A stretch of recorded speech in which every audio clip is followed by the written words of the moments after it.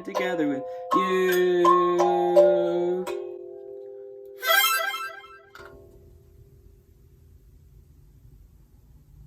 Well, Merry Christmas, everybody.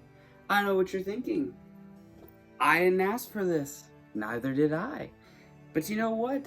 A recent Facebook poll posted by me asking for people's opinion got a little bit of attention. A whole 20 comments, a whole 20 likes, a whole 20... I don't even know. But you know what? That's okay though, because today, dressed in my Space Jam suit, we're going to discuss the drama that is my favorite things, not my favorite things. This isn't a top 10 video. But in honor of the Christmas season, I thought you guys should get a great Christmas gift and be given an explanation as to why this is the way that it is. My Favorite Things is a song that is featured in the 1965 musical The Sound of Music starring Julie Andrews, previously a Roger and Hammerstein musical in 1959.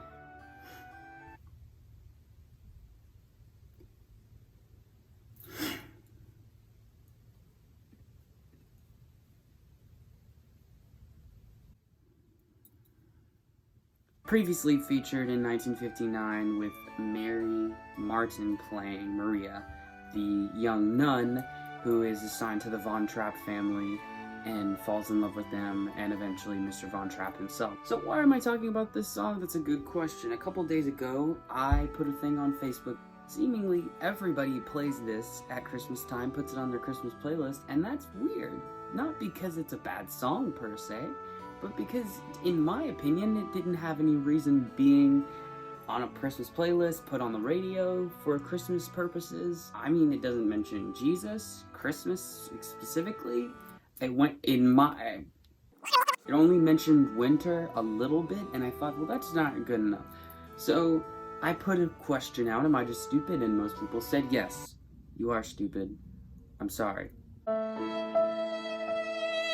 Just kidding. Most of the responses were actually really great. In fact, people agreed with me, which is not something I'm used to happening online.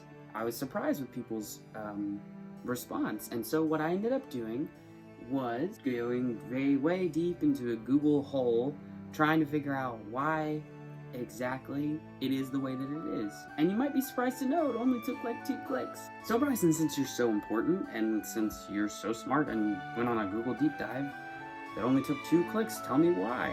Glad you asked. So the backstory on how it actually became involved with Christmas is actually not that complicated. Julie Andrews she appeared on the Gary Moore Show in 1961 for his Christmas special and sang My Favorite Things. This was a full 30 years before she starred in the movie musical.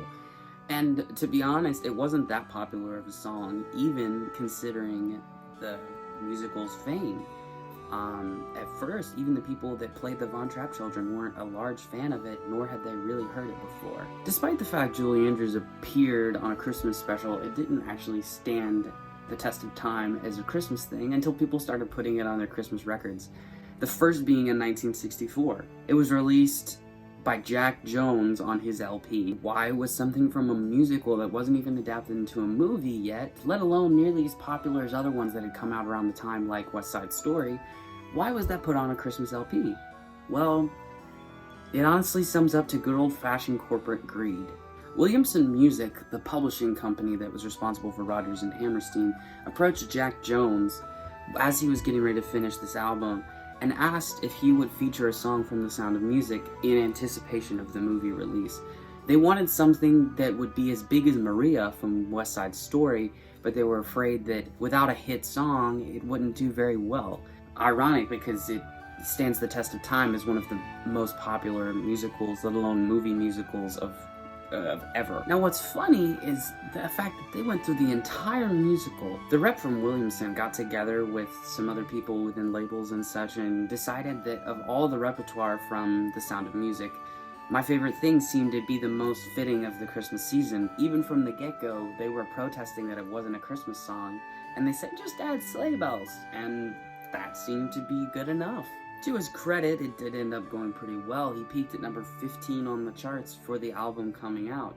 By December 1965, only 1 year later after the movie had came out and began its success, Barbra Streisand, The Supremes, and plenty of others were already putting it on their new records. I do find it funny, though, that despite all of the movie's success, all of the song's success in the holiday season, as well as just a general piece of wonderful composition, Julie Andrews recorded a Christmas album in the 60s as well, in 1967. Of all of the 14 songs, My Favorite Things wasn't on there. But okay, enough of the song and dance. A couple Christmas records isn't gonna make it that popular, so why don't we just go to the song itself? So I have the handy dandy lyrics pulled up here. As I went through the lyrics, I found it really interesting that there were actually a few lines in pretty much all of the verses that could be considered some form of Christmas spirit, or maybe even just considered within the Christmas genre of cheer and happiness.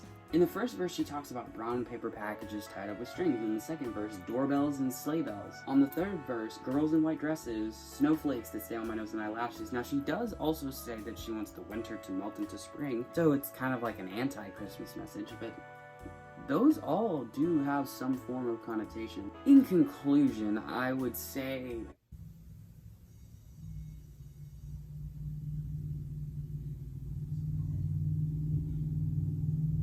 there's a car going by outside.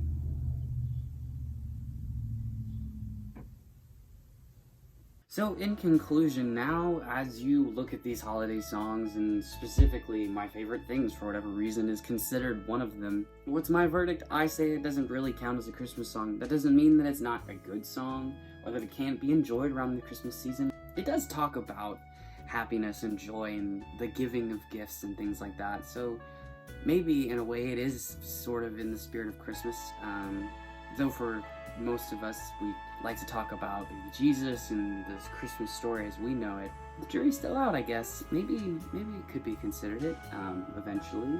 That doesn't mean that you can't enjoy The Sound of Music or The Sound of Music's songs. In fact, they're some of the better ones out there. I think that's why it's stayed so successful. So, I hope you enjoyed. I hope you enjoyed this Christmas present that nobody asked for. I wish you all a Merry Christmas, a Happy New Year. I'm Bugs Bunny, and you've just been updated.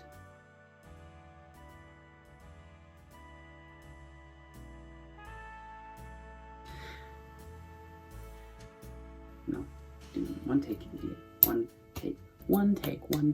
Okay. Really only standing for our happy feelings, which, never crossed my mind around Christmas. Man, this is gonna be a nightmare. Which is crazy. Now, when I was going through the lyrics, I was working really hard. Sure, I mean, considering of all the songs on her 14 song, but alas, this is